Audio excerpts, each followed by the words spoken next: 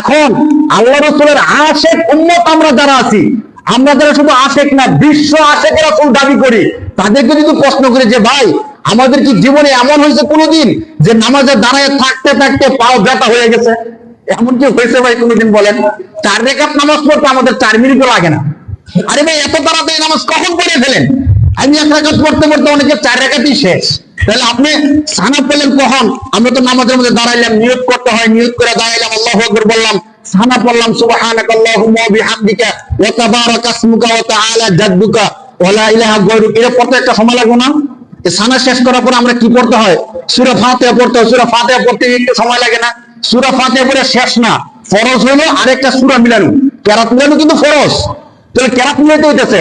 কেরাত যদি আপনি বলেন যে হুজুর আমি সবচেয়ে ছোট্ট সূরাটা পড়ি, ইন্না আতাইনা অথবা কুল ওয়াল্লাহ পড়ি, তো কুল ওয়াল্লাহ পড়তে কি সময় লাগে না? এমন করতে করতে 2 রাকাত নামাজ পড়তে তো অন্তত 2 মিনিট করে 4 মিনিট সময় লাগা দরকার।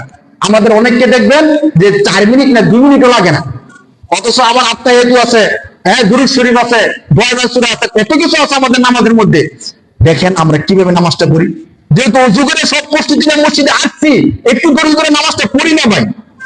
একটু নামাজটা দেরি হয়ে গেলে রুকু সেজদার মধ্যে একটু সময় বেশি লাগলে হুজুরের প্রতি কেন রাগ করেন ভাই? 4 বছর তো ঘন্টা ঘন্টা সময় চলে যায়, তখন তো আর রাগ করি না যে এত সময় হয়ে গেল, রাত 12টা বেজে গেছে এখনো ছবিটা শেষ হইতেছে না, রাত 11টা বেজে গেছে এখনো খেলা শেষ হইতেছে না, আমাদেরকে ঘুমানোর দরকার না? আমরা কি বলি? আরো বলিস আরেকটু যদি বড় হইতো, আরেকটু যদি দেখতাম, আরেকটু গল্পটা মজাই ছিল, যদি রাত আরো থাকতো। নাউজুবিল্লাহ।